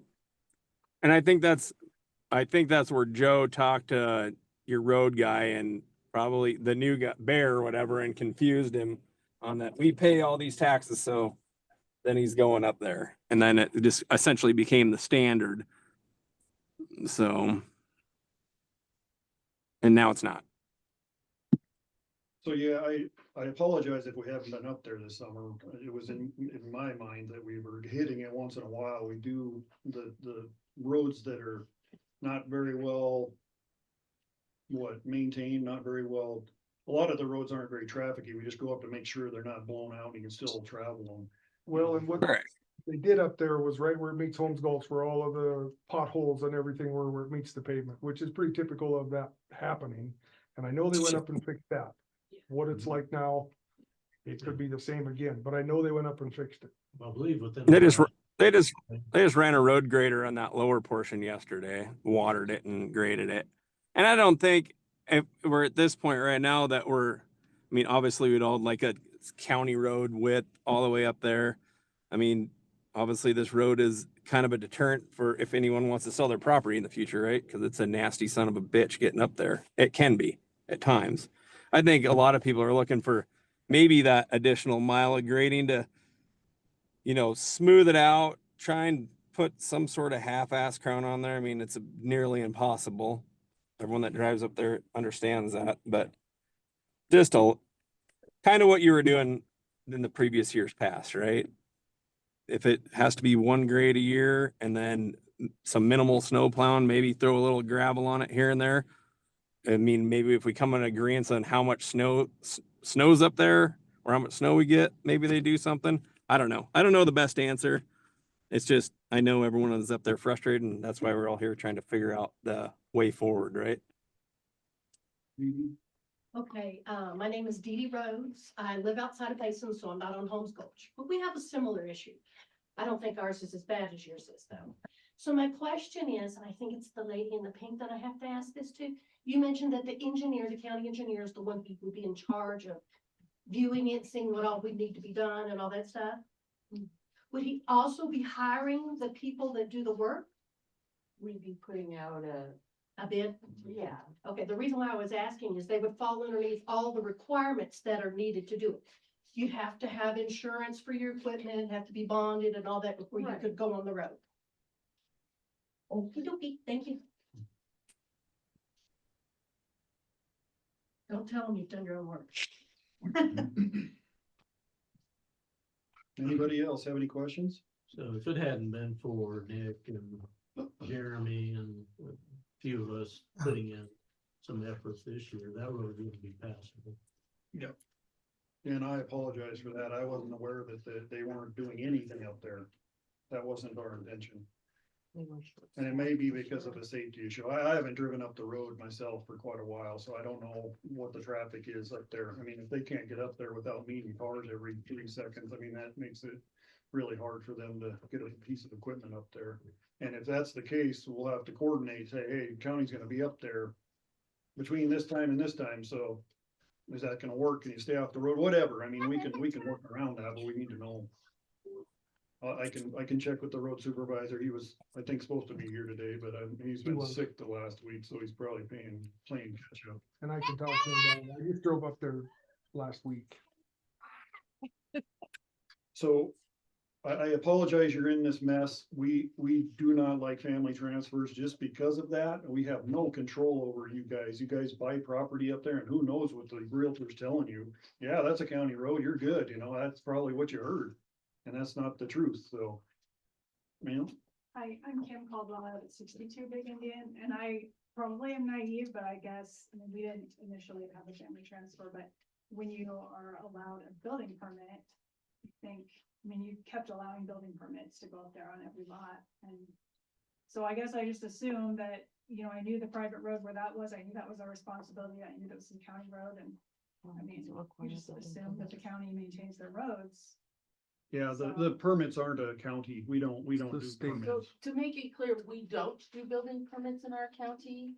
The only, Well, we had to do something, so I guess I should there's say zoning whatever. permits that are required. I know there's several properties up there that either didn't finish their process of getting their zoning permit, or there's probably several up there that never got zoning permits. Well, I know we did. The county, when we're looking at those permits, we're looking at it for zoning. That's the only thing we're checking it for. Because that's what the planning department has jurisdiction over. Unless there was a, driveway coming directly off of Holmes Gulch Road, you wouldn't be getting an encroachment permit from the county. Big Indian is not a county road, so we don't issue encroachment permits off there.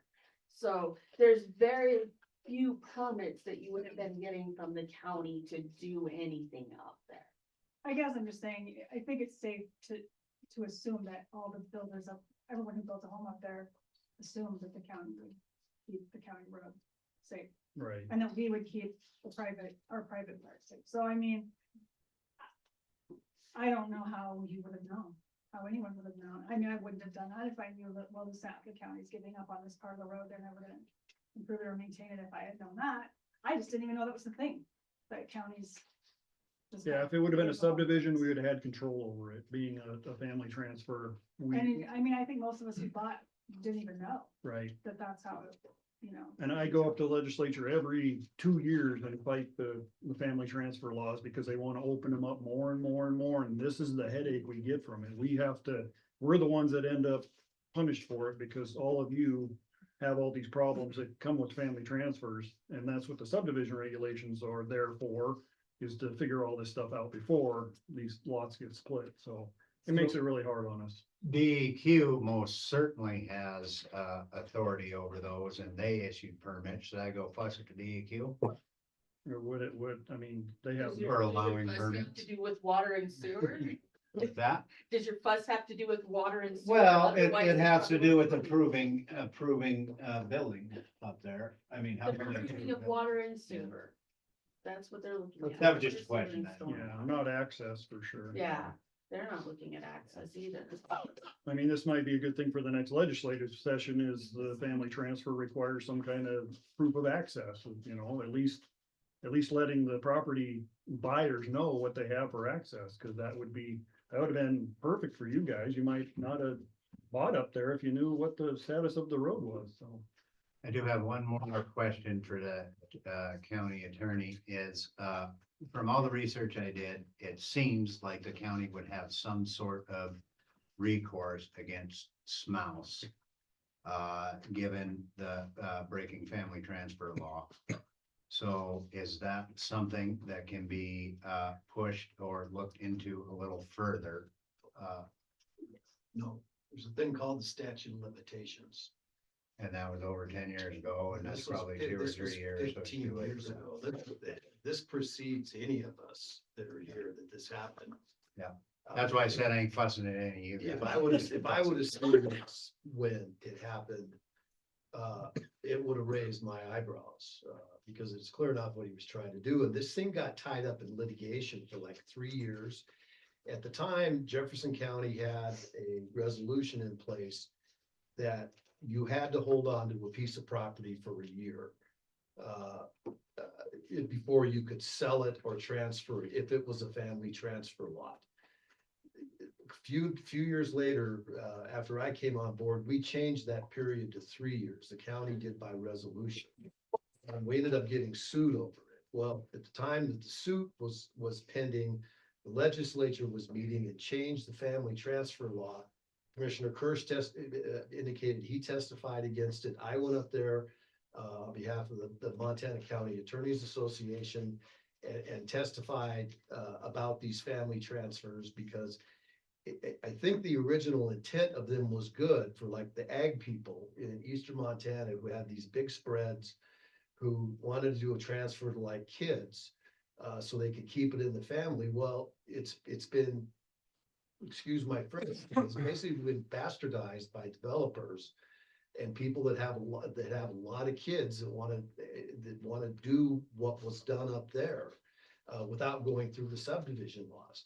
The legislature has now put into place if the county adopts it, which Jefferson County has, a 2-year moratorium on the transfer of the property. So even if, you know, Commissioner Doolittle's got 100 acres of land that he wants to parcel out into what, 10 acre lots. I don't have that many kids. Well, we're assuming, Sorry. he's got 10 kids and he could give one of them to, all they have to do is hold it for 2 years and they can go do this. And we have zero authority to prevent that. Now, if they start developing right away, that's a different story. But Which is Joey did. Going back to your question, the statute of limitations would have long run on that. It's probably, I would guess, a 3-year, not maybe a 5-year, but I'm thinking it's probably a 3-year statute of limitations. So, trust me, it is, I've thought about that. And I would say before you leave is I'm your commissioner up there. My cell phone number's on the website. If you guys want to call me if the snow gets bad, if the ice gets bad, we have some priorities with bus routes for the schools and some other things. But I will do what I can to get somebody up there to plow the snow and see what we can do. We absolutely appreciate all that. I can speak for the group that I appreciate your efforts on that. And I'm not So- saying it's gonna be 5 minutes after you call, but I will do what I can Ten's fine. to get something done. So. Yes, sir. So what's the primary safety concern with the road? Just, is it the width? Is the? The steepness, I do believe, The steepness, slope the and width of it, the rocks right after where you go up that hill, the rocks, it tears up equipment, as Nick probably knows. And there's just, there's lots of roads in the county like that. And it would take a lot of money to get it up to a 24-foot road surface, I mean. I want your phone. That's why I wanted you to make Joe do it. So I would be okay with that. what's the minimum width that's required? Is it 24 24? feet. 24? And how many areas don't meet that? Is it the whole thing or is it 3 spots or? That I don't know. To make it to county standards, it has to be 24 feet wide, is my understanding. Is it 24 anywhere up there now, or probably not? I would say most of it isn't. There's some good portions that are, but the worst Scary, part, You're gonna be challenged to get it that way, because the slope coming down from both sides of the canyon gets pretty narrow in there, so. Would it be an option just to like have a couple turnouts, like take the skid loader, dig out the bank, a couple places just to make some pull-offs, like at the top of the hill and that sort of thing? I mean, Yeah, I've, I don't think that would solve our problem. okay, I've been I'm an engineer, I've been in the transportation industry for like 15 years and I can't tell you how many design exceptions and roads that don't meet standards and. Oh, yeah. It's, And that may come up when we're doing the RSID, if you guys decide to go that far when we design this thing, there might be a section of the road that we cannot get to 24 and we'll have to decide if that's okay or not. I mean, we do that once in a while in subdivisions, so that's always a possibility, but so we try to get it as close to road standards as we can. there's probably thousands of miles that have a 6-inch shoulder that if your tire Mhm. goes over it, your Yeah. wheels will be dead. No, absolutely. 80 miles an hour. I agree. Any other questions, folks? So on that area that's rocky, we had the same situation that we had a truckload of road surface brought in and Jeremy smoothed it out and it has made a tremendous difference. So, you know, a couple of the truckloads with your equipment going up there and smoothing out those rocky parts doesn't seem like it's that huge of an expense. I know it's an expense, Right. but, you know, I do believe some of our taxes should go towards that. Yeah, no, I agree. Our problem is the way the legislature has our budgeting system set up. We don't even get a raise or I guess I don't even know how to say it. We don't get more revenue. The only more revenue we can from the last year allow is half the rate of inflation. So it's been that way since I've been commissioner for 11 years. So every year we're less half the rate of inflation. Our budget shrinks half the rate of inflation every year.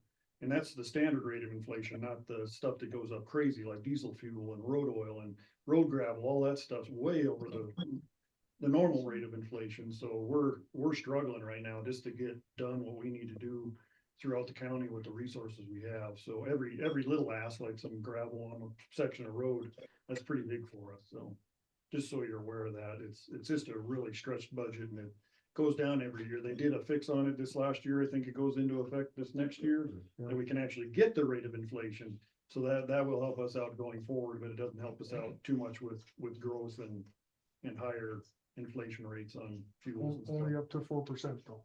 Only up to 4%. Yeah, if it gets above that, then we're really in trouble. Then we don't get a claim, we don't get to do it. So how many state or federal grants have you applied for? Not that we would get a state grant to do that, like a lot of counties. I know quite a few counties just turn down grants because now you're tied to the government, so they don't even take them. So what do you do with, state grants and that money that you got from the state grant, fix this road, now you don't have to spend the money on this road, it's just moving money around, but. I mean, do you guys turn down state and federal grants for roads, or do you apply for? We actually just applied You know for what I mean? a federal lands access grant and got it for Cataract Gulch. I don't know if any, have driven up Cataract and Basin, because there's a slide off there that's getting narrower and narrower. But that's only for federal lands access roads, and you guys wouldn't, obviously, there's nothing past you, so we wouldn't be able to apply for that. The state doesn't give us any money besides road tax.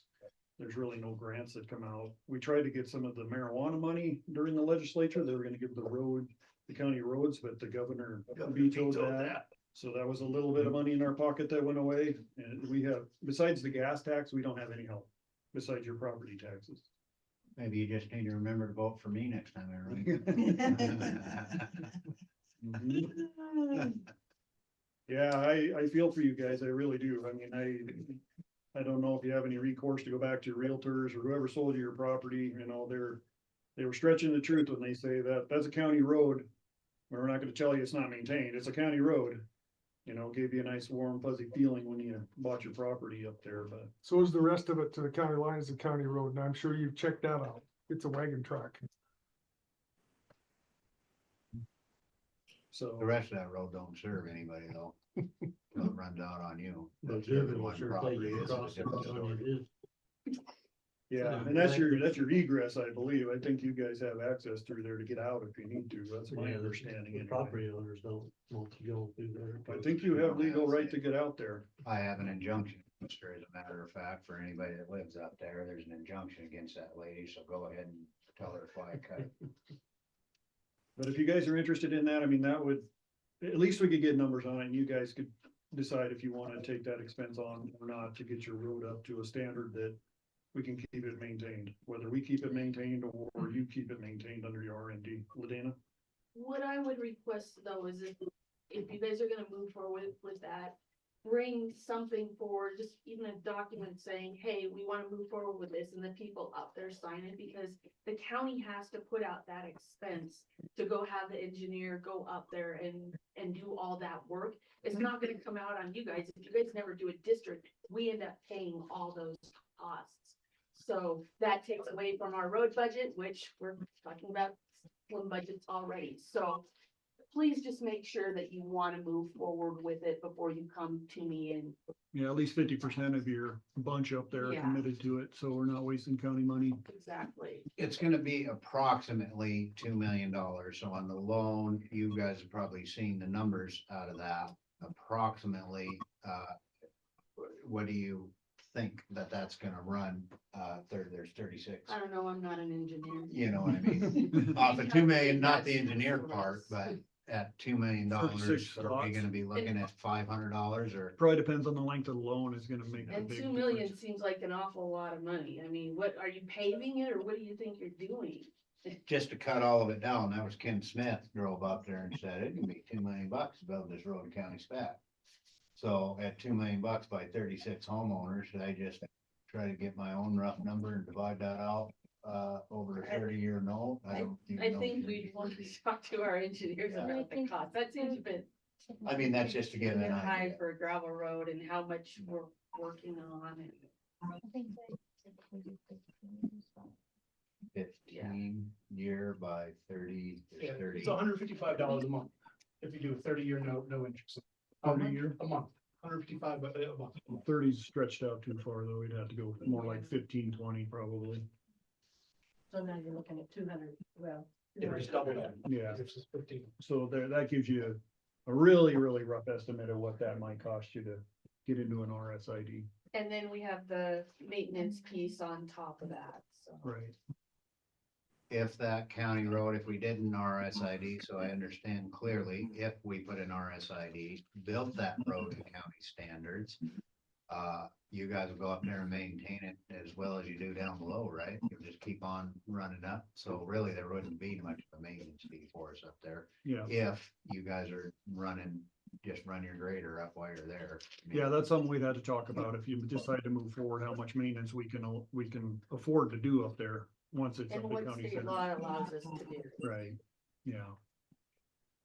So, Because what you were doing before, I think it was Darko, you can pipe in, I think they told Darko was who the road boss said, we're just ain't touching it no more. I believe it was Nick. Could be somebody else, it could be mistaken, but what you were doing up there is plenty. Originally, that was more than enough. And like I said, I'm fine with the bare minimum, but I was really hoping you could, there was recourse on Joe, which Yeah, I don't know, that'd be a lot of research.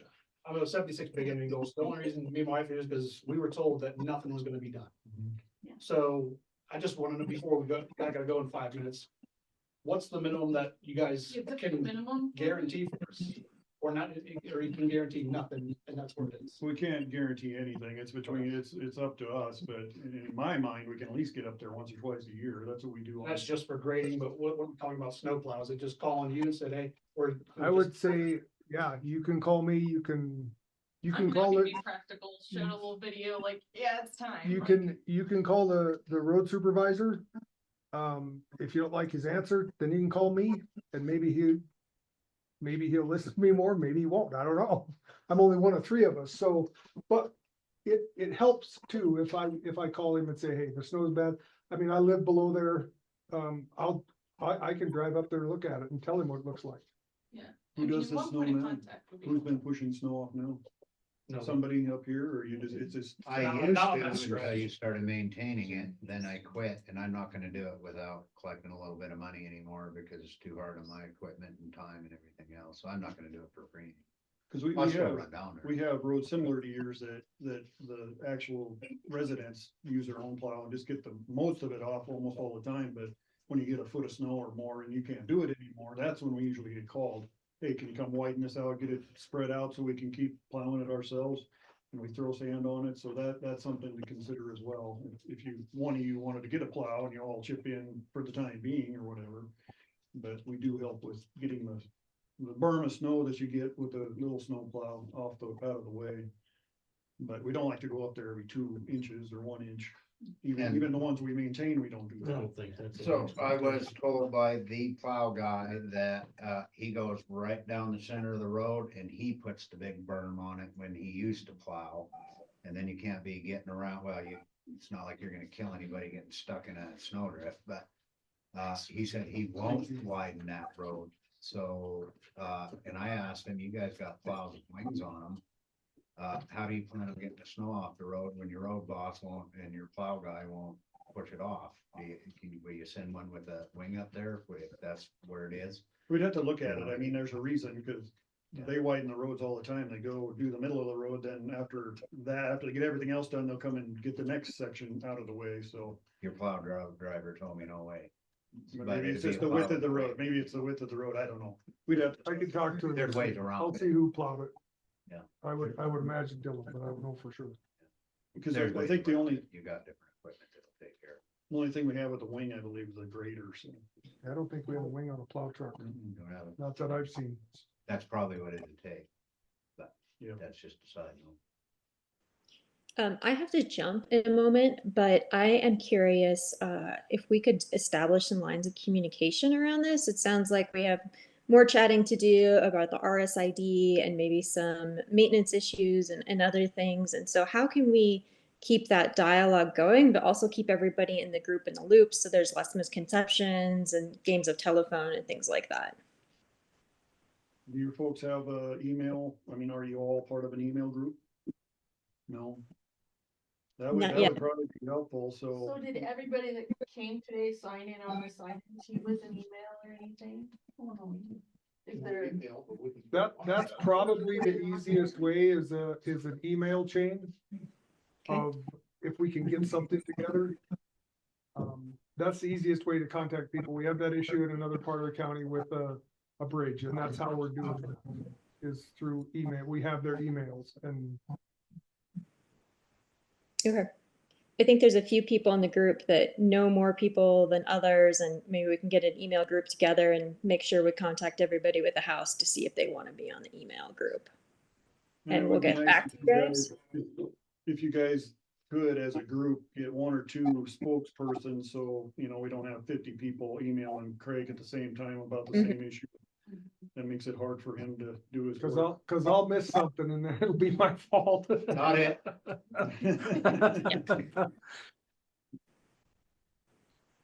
Okay, thank you for your time. Thank you. Thank you. Thank you. Anything else, folks? Any other questions, or belabored this enough for you? We're easy to get a hold of, so give Craig a call. If you can't get him, give me a call. I'm fairly knowledgeable about what's going on up there. If the road crew isn't doing what they're supposed to be doing or what you think they should be doing, don't hesitate to call. So we'll try to get with them and make sure they're doing what we think they should be doing. And, if they're gonna have problems with the traffic coming in and out, maybe that's the reason, then we're gonna have to probably have a deeper conversation of how we keep that from happening while they're up there. What are the best times, things like that. So those are some things to think about. And at least we can get an idea. But yeah, they should be doing minimal, at least one grading a year, and then when the road gets so bad that it's impassable, they should be blowing the snow out of there. I know that's probably what they don't like doing the most, but just because it's so slippery and narrow up there, it's kind of tough on them, so. But we'll work with you however we can, and if this RSID thing can come to fruition, something affordable for all you up there, then that would be outstanding for you guys to get a nice road up there. The nice thing about your road being an RSID, which is different than a lot of the other roads in the county that are RMDs or RSIDs, you're a dead end. You don't have all these other people using the road that you're paying for to get up to their property or up to the Forest Service or wherever. We've got several RMDs that maintain the road, but the whole nation uses them to get up to the Forest Service, so. You're a little bit, you're a little bit special that you're a dead end, so. You won't have to worry about everybody else tearing up the road that you're paying for, if that's what you decide to do. 4x4 hooker roads. There's still a lot of traffic up there that's not homeowners. Yeah. I'm sure you get quite a few up there. Well, we appreciate you being here, folks. Appreciate your time. Thank you for your time. I'll turn it back over to you, Mr. Goodman. Letter. I appreciate your time. No. Welcome, sir. Thank you for coming in. Yep, no, absolutely. We'll figure it out.